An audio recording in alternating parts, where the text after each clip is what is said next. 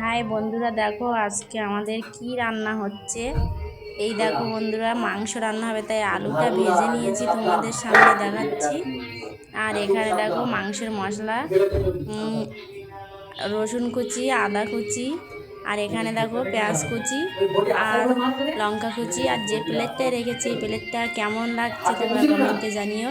আর এখানে দেখো গ্যাসে ভাত বসানো আছে, ভাতটা প্রায় হয়ে এসেছে। আর ভাতটা নেড়ে দেখে নিচ্ছি যে কেমন হয়েছে, ভাতটা হয়ে গেছে কি না। ভাতটা হয়ে গেছে, আমি দেখে নিয়েছি।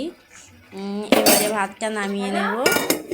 আর হাঁড়িতে কে কে রান্না করে খেতে পছন্দ করো কমেন্টে লিখতে ভুলে যেও না।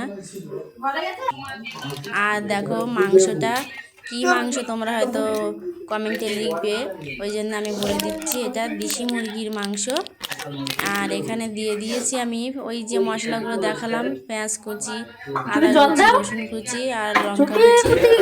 আর দিয়ে দিয়েছি হলুদ পরিমাণ মতো আর লবণ পরিমাণ মতো, স্বাদ মতো তোমাদের দিয়ে নেবে। আর লঙ্কা গুঁড়ো দিয়ে দিচ্ছি, সানরাইজ লঙ্কা পাউডার। আর তোমরা এই লঙ্কা পাউডার দিয়ে মাংস রান্না করো, আমাদেরকে জানাতে ভুলে যেও না। এবার গিয়ে টেবিল পাখা ছেড়ে দিয়ে চলো।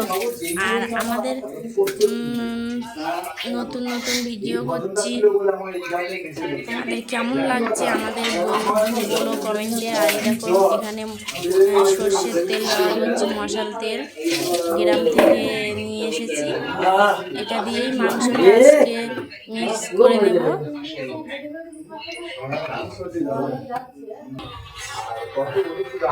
মাংসটা দেখো বন্ধুরা কি সুন্দরভাবে মাখিয়ে নিচ্ছি। এরকমভাবে মাখিয়ে রান্নাটা করলে স্বাদ লাগে ভালো, আর খেতেও ভালো লাগে। আর তোমরা চাইলে এরকমভাবে বানাতে পারো।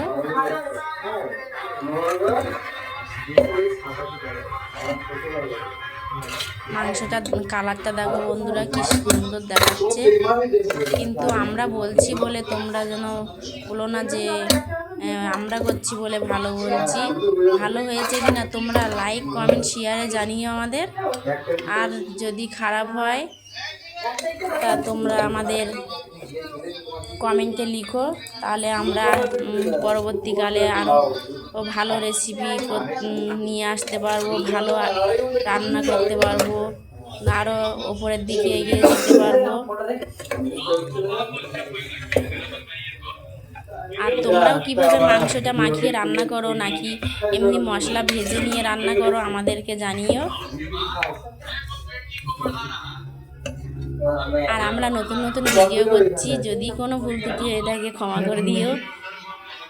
আর এই যে গ্যাসে কড়াইটা বসিয়ে তেল দিয়ে দিলাম।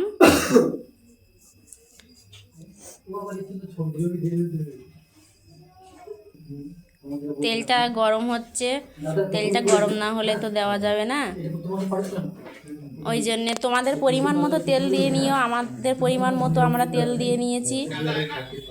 আর গ্যাসটা হাই দিয়েই রেখেছি। এই যে মাংস দিয়ে দিচ্ছি,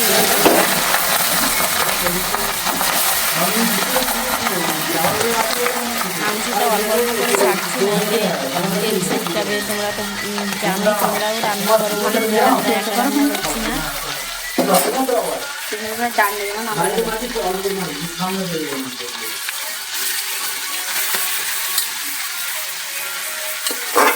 আর মাংসটা বেশ পরিষ্কার করে কাটা হয়েছে, রুমেই কাটা হয়েছে, ভালো করে বেছে নিয়ে রান্নাটা হচ্ছে।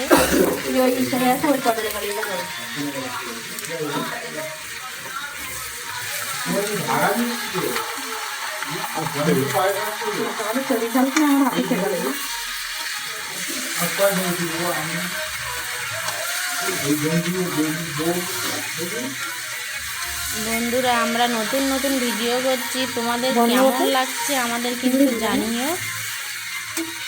আর আমরাও এরকম রেসিপি তোমাদের সামনে নিয়ে আসার চেষ্টা করব। আর তোমরা যদি আমাদের পাশে থাকো, আমরাও ভবিষ্যতে এরকম এগিয়ে যাব।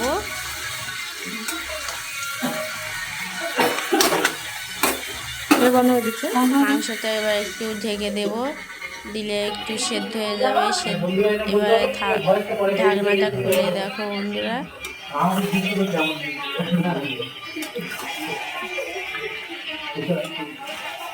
একটু নেড়ে চেড়ে নেব। ভালো করে কষাই করতে হবে, বুঝতেই পারছো দেশি মাংস মানে কষাই করেই রান্নাটা করতে হবে। আর বন্ধুরা দেখো প্রায় কষাই হয়ে এসছে, কষাইটা প্রায় হয়ে আসছে, লাল লাল হয়ে গেছে। মাংসর কালারটা দেখো বন্ধুরা কি সুন্দর চলে এসছে।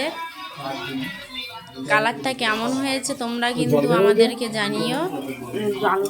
আর আমরা তো নতুন নতুন ভিডিও করছি, ওই জন্য বন্ধুরা ভালো হয়েছে কি খারাপ হয়েছে তোমরা বলো। এইখানে আলু দিয়ে দিচ্ছি। আলুটা বেশি হয়ে গেছে না কম হয়ে গেছে, আমাদের আলু বেশি খাওয়া উচিত না কম খাওয়া উচিত, তোমরা কমেন্টে লিখো।